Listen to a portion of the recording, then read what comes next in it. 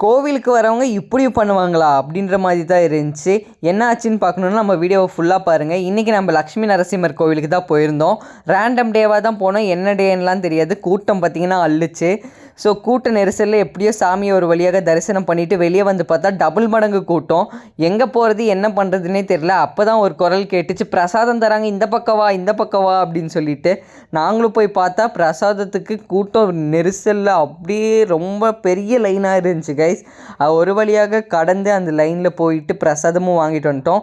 பிரசாதம் என்ன தந்தாங்கன்னு பார்த்தீங்கன்னாக்கா தேங்காய் சாதம் தான் தந்தாங்க.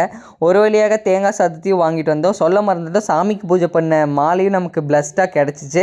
ஸோ அதை வாங்கினோன்னா கொஞ்சம் பிளஸ்டாக ஃபீல் ஆச்சு. அப்புறம் அப்படியே என்னங்க உட்காந்து சாப்பிட்டு ரொம்ப நாள் பேசாத கதைகள்லாம் பேசிட்டு சிரிச்சிட்டு இருந்தோம். என்ன ஆச்சுன்னு பார்த்தீங்கன்னா, கோவிலில் பிரசாதத்தில் சாப்பிட்டு வெளியே வந்து பார்த்தா நம்ம செருப்பை யாரோ ஆட்டையை போட்டு போயிட்டாங்க கைஸ். கோவிலுக்கு வரவங்க இப்படியெல்லாம் பண்ணுவாங்களான்னு கொஞ்சம் கூட எதிர்பார்க்கல.